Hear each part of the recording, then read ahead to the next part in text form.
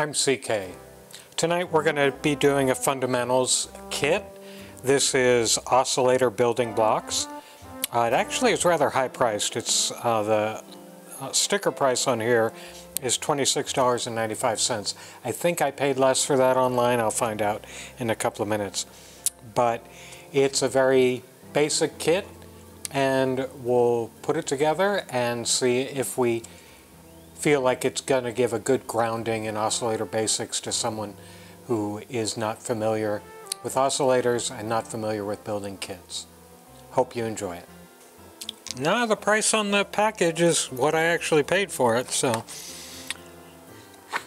let's see what it says. This is from Data Kit from LKG Industries in Rockford, Illinois. I don't know if they're still around anymore. This kit looks somewhat old. The kit demonstrates the three basic multivibrator oscillator circuits: monostable, bistable, and the astable. So basically it's a 555 expanded, not in chip form, but blown out. You must know them. Learn them here. Uses LEDs to demonstrate each one. Full documentation enclosed. And again, 29 bucks. On the other side, it's got State of California warnings, made in Thailand. Please note, data kits are intended for advanced beginners and up. The builder must be able to identify common components in their markings. Minimal skill at soldering is also required. Note, all parts are factory tested. Once soldering has begun, kit is not returnable. Yeah, that's again I've seen that on other kits. That's a little customer unfriendly. I don't know the economic harm of having somebody who gets frustrated, fails, or wants some help is going to cause to you. I don't think it's going to be a big enough problem to say, just once you solder one thing, get out of our hair. I don't find that very customer friendly. Well, let's open it up and see what's inside. Piece of paper, a basic circuit board, oscillator building blocks, astable, monostable, and a flip-flop. Again, what's inside a 555 chip. 9-volt connection, conditioning diode, nothing on the back, of course, except it says DIY Kit 9 to 2010. So this is actually newer than I thought it was. I thought this might be late 80s or the 90s because of the way it's presented, but this is 2010. This is, let me put it in context, this is post iPhone, so that's kind of surprising. Two things are surprising. One, that it's presented the way it is. Two is the price. By this point, by 2010, all these component prices have been driven way down, and PCBs were getting cheaper and cheaper. But let's look at the instructions real quick.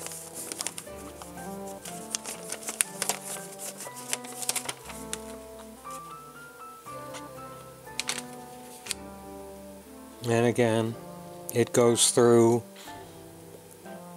what an astable, a bistable, and a monostable oscillator do. There's also a website listed. I expect it's not in operation, but I'll take a look at it. I'm not going to go into the details on how astable, monostable, and bistable work. There are much better resources on the web, either in text or in very good YouTube videos, if you want to learn about that after you build this or as you build this and want to go beyond the text that's written here. I certainly encourage you to go look those up. I would just be poorly repeating what they're saying. So that's the building blocks, and then on the other side, that's interesting. It does not, wait a minute. Oh, okay. So this is a fold over. This is page 1. This is page 2. I was trying to read it this way, and that didn't work because this starts with the middle of a sentence. But there are no build instructions. Again, it's one of the types of kits that you don't really need them since everything is clearly indicated on the board. However, I still find it reassuring to new builders to give them a instruction guide. Just simply saying put the resistors on first is enough. Let's see what we've got in the parts.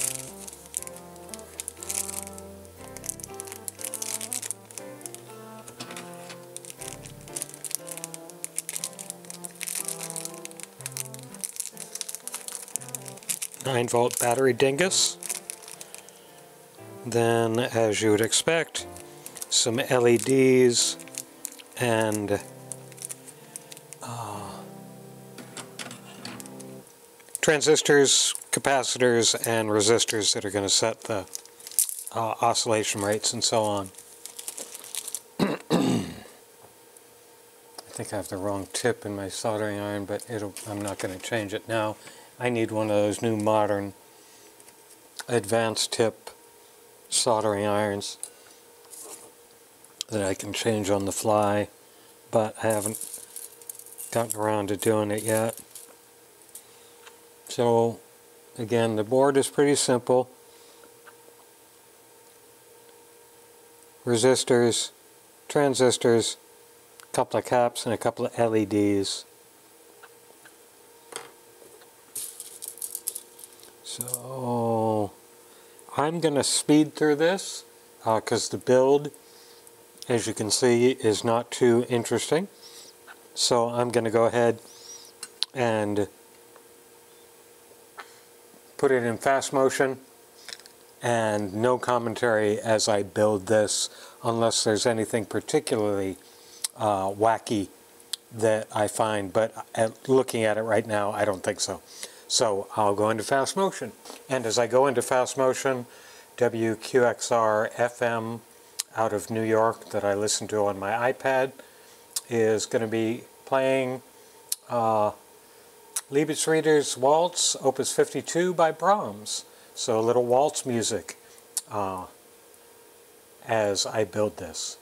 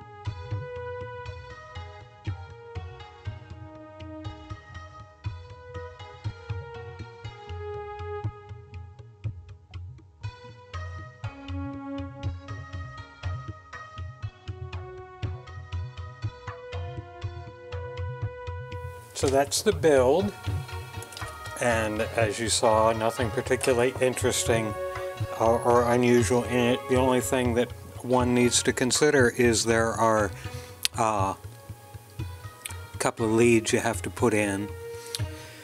So grab the clipped off leads from some component, resistors or whatever, and solder them in. I use LED legs just simply because they're generally thicker than resistor or capacitor legs, so they're stronger. And you have to put in two, well, you don't have to, you put in two wires to allow you to manage the state of the oscillator. And it's kind of funny, the instructions say just, get some wires out of your junk box. Well, if this is aimed at beginners, you haven't built up a junk box yet, but you'll get there. Having a selection of wire is of course very important, and I'll show you my wire setup in another video at some point. But right now, let's turn this thing on. Put a 9-volt battery in it. Yep. Try and put a 9-volt battery in it. And as you can see, it's already running. So the A-stable is running, and it'll just go back and forth now. And the flip-flop is up, so if we touch positive to set, we don't get anything, of course. If we go to reset, we'll flip-flop it to the other side. And then set, and then reset, and negative, of course, goes the other way. And then on the monostable, we go positive, and it triggers up for a little bit.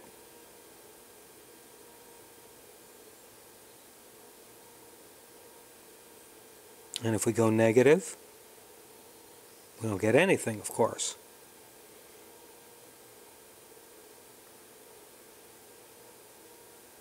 So it's a good training unit, particularly, in my opinion, the flip-flop section, because oscillators make a lot of sense to people, but flip-flops and logic states like that can be a little bit confusing. So, conclusion is, this is a good beginner's kit. Obviously, the soldering is dead easy. The pads are big, the components are far enough apart that nothing interferes with each other, and it solders up pretty well. The components are all pretty basic, so there's nothing esoteric or unusual for you to learn or know when you're making this. And of course, the concept of having a little oscillator tester for learning how these things work and having the schematic in the instructions so you can watch along and trace the signals as the oscillators run or the flip-flop flips is really good. The only challenge is it's expensive. $26 is a lot for a kit at this level, and for a kit that's got basically very minimal instructions. So I'm going to look around for a less expensive one and see what I come up with. But if you don't mind the price, it's a fine kit. Thanks for watching.